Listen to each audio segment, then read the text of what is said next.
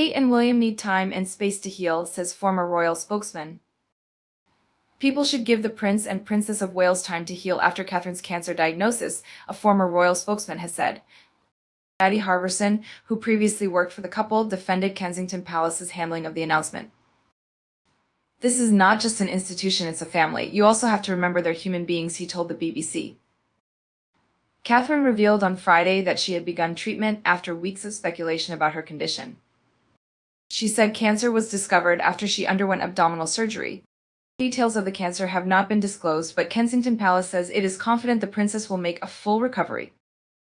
Meanwhile, the King's nephew, Peter Phillips, has told Sky News Australia that Charles is in good spirits but frustrated that medical treatment was preventing him from returning to royal duties. It comes 6 weeks after King Charles paused his public appearances following a cancer diagnosis himself.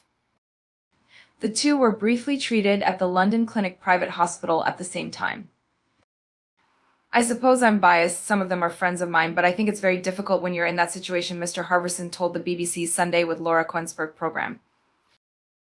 You have to give them the space, so while there might be communications, you also have to remember they are human beings and you have to follow their lead to a certain degree, he added. Former royal spokesperson Patty Harverson criticized the permanent death loop of speculation on social media about Kate's health. The couple have faced intense public speculation about Catherine's health since her operation in January for a condition that had not been revealed. Catherine, 42, has not attended any official events since Christmas. A photograph of her and her children released on Mother's Day was met with a frenzy on social media due to inconsistencies in the picture.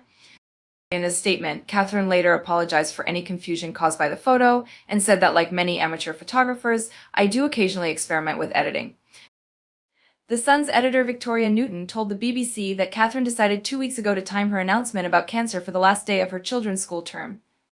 Her priority was protecting her 3 children. She didn't want them going to school being asked even more than they already were, Ms. Newton explained to Laura Quensberg.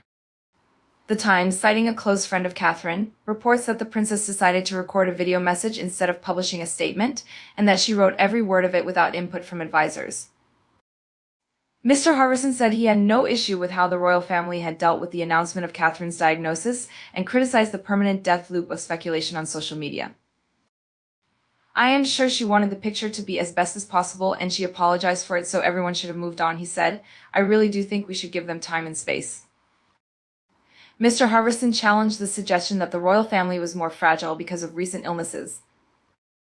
We just have to come to terms with the new reality. There's fewer of them, he said. They will get over this, he added. I am highly confident that the king, who I know well, is incredibly strong, very resilient, a great spiritual person. The Sun has called for social media trolls, idiotic conspiracy theorists, and sniping media critics to lay off Kate days after it published a video of Kate's feet. Ms. Newton defended her decision to publish that video. It was very important to change the narrative, Ms. Newton told the BBC. A lot of the rest of the media then started saying back off Kate. She said that before publication she had been in touch with Kensington Palace and was assured there was no problem with us running those images. Meanwhile, also appearing on the Sunday with Laura Quensberg program, Imran Ahmed discussed the viral claims made on social media about Catherine in recent weeks and warned of the dangers of the platforms. Mr. Ahmed, chief executive of the Center for Countering Digital Hate, stressed that social media is designed to take the most controversial information and push it to the front, making certain topics and viewpoints appear more popular than they really are. Social media is not the vox populi, nor is it a safe and clever place to get information from. It can be deeply distortive as a lens on the world, said Mr. Ahmed. He claimed that social media firms have the means to tackle the spread of harmful conspiracy theories on their platform, but they choose not to.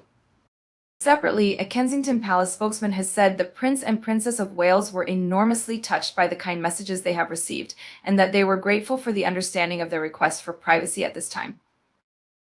The couple have already said they will not attend this year's Easter Sunday service. It is unclear if King Charles will lead his family to church. Buckingham Palace say they are hopeful he will be able to join the family next weekend.